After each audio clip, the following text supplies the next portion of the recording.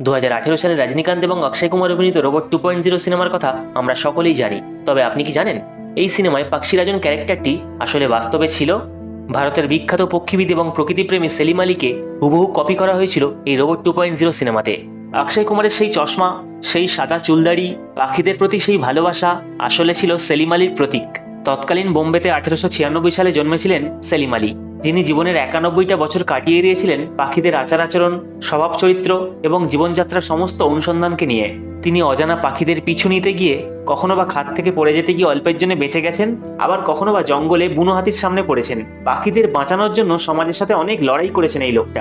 লিখেছিলেন পাখি সম্পর্কিত অসংখ্য মূল্যবান বই।